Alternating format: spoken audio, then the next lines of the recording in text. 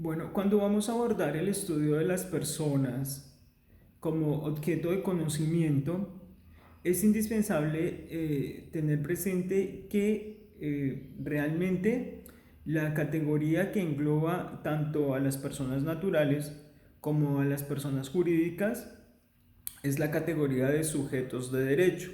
Entonces, será sujetos de derecho todo aquel que tenga capacidad jurídica, es decir, que tenga la actitud para ser titular, tanto de manera activa como de forma pasiva, de relaciones jurídicas. Esa sería una aproximación a la capacidad, aunque ya en otros videos la hemos estudiado con mayor profundidad. Eh, entonces, en ese contexto de los sujetos de derecho es donde tenemos ubicadas las personas tanto naturales como jurídicas. Dice la ley que es persona natural todo individuo de la especie humana que ha sobrevivido siquiera un instante al desprendimiento del claustro materno. Esto es particular de la legislación nuestra. Otras legislaciones exigen, por ejemplo, que el bebé llore, o eso era propio más bien como de la antigüedad, y algunas legislaciones exigen que sobreviva 24 horas, etcétera. Eso pues depende de cada contexto.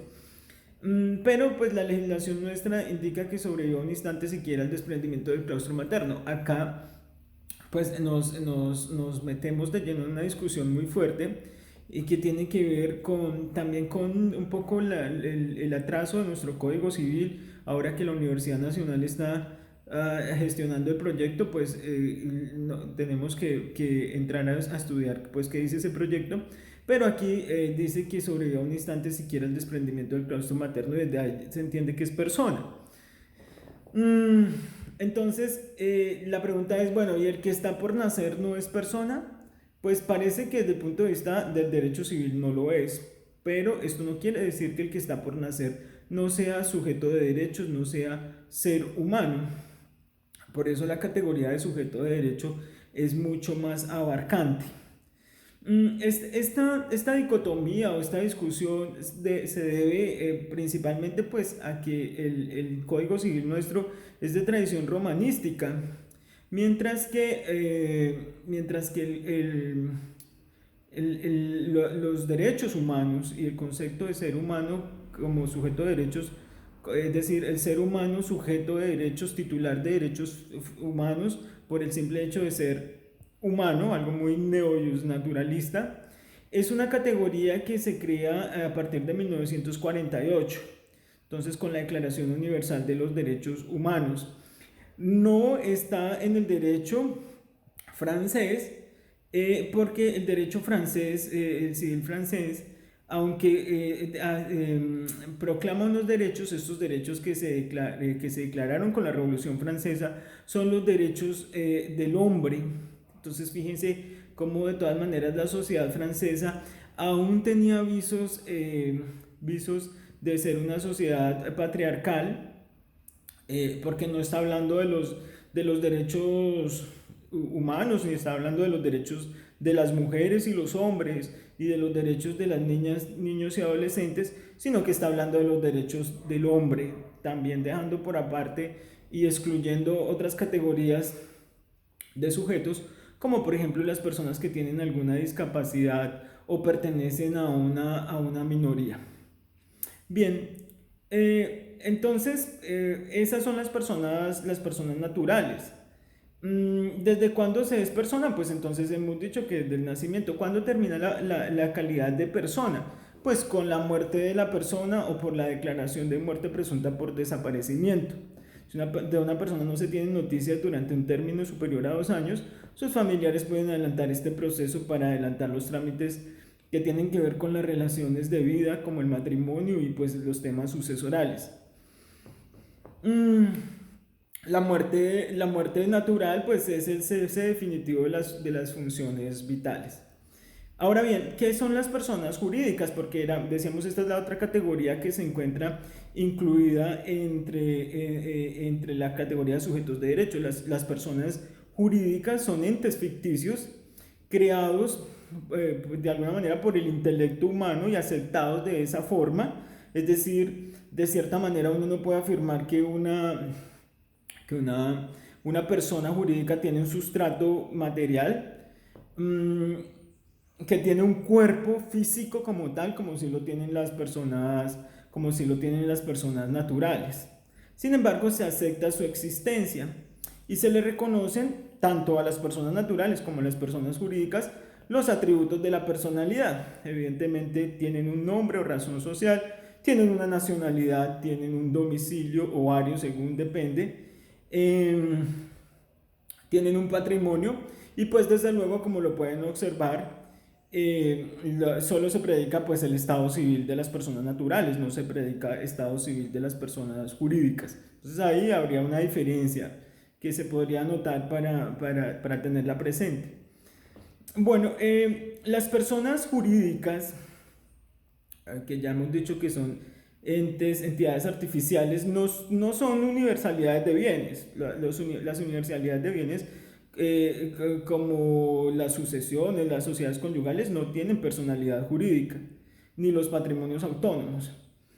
Mm, las personas jurídicas, para entrar como en su estructuración académica, se dividen en personas jurídicas de derecho público y personas jurídicas de derecho privado.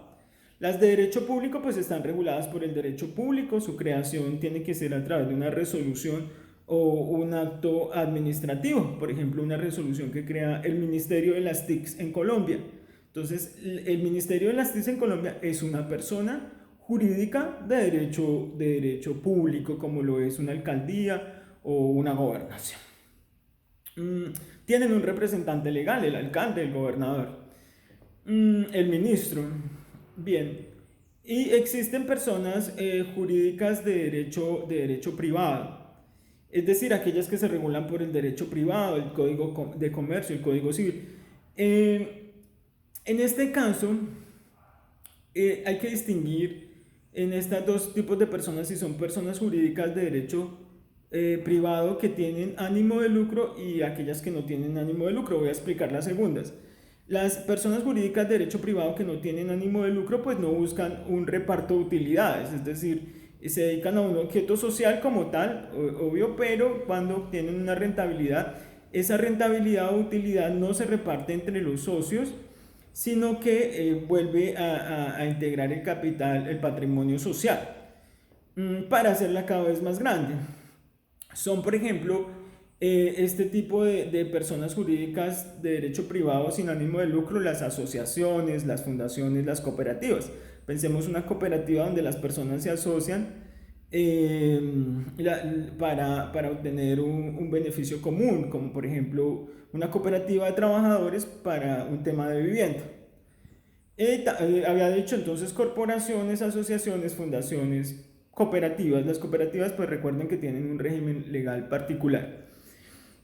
Y finalmente, para terminar el día de hoy, pues entonces están las personas de derecho privado que tienen ánimo de lucro, que buscan una rentabilidad. En este caso, pues se trata de las distintas empresas y modelos societarios que pueden existir en la legislación.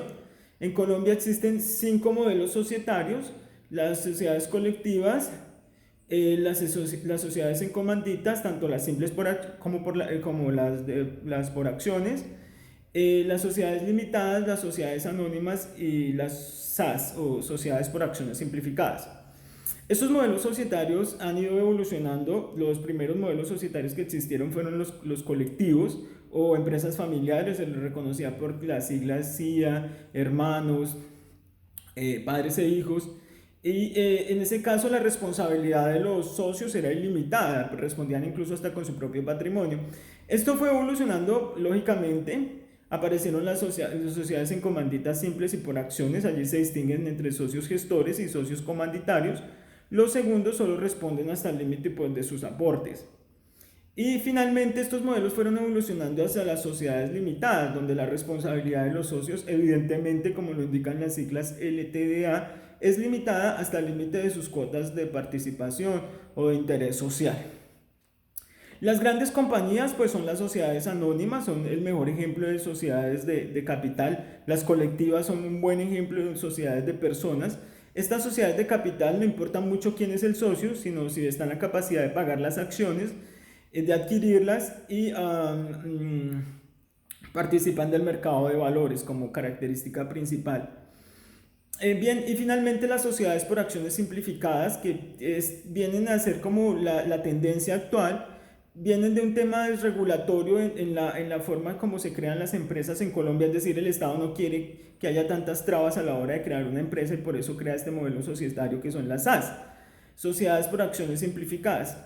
Aquí hay algo particular, estas sociedades se pueden crear por documento privado, eh, pero si existe un aporte social que consiste en un inmueble, pues sigue el principio general del derecho que todas las cuestiones que se hagan por inmuebles son formales, son solemnes y debe hacerse pues la creación de la empresa por una escritura pública.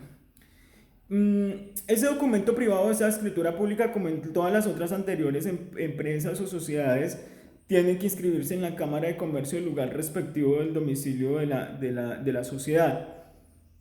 Una vez que exista certificado de existencia y representación legal, podríamos entender que la sociedad es oponible a terceros. Sin embargo, con respecto a los socios, pues ellos sí están vinculados desde que llegan a un acuerdo en el contrato social. Finalmente, la última particularidad de estas SAS consiste en que usualmente nosotros entendemos que el contrato de sociedad implica dos o más socios, porque si no, no se llamaría contrato de sociedad. Sin embargo, aquí se parte pues de esa visión tradicionalista de que necesariamente existan dos o más socios y se puede constituir la empresa a partir de una sola persona que fungirá como único socio y propietario.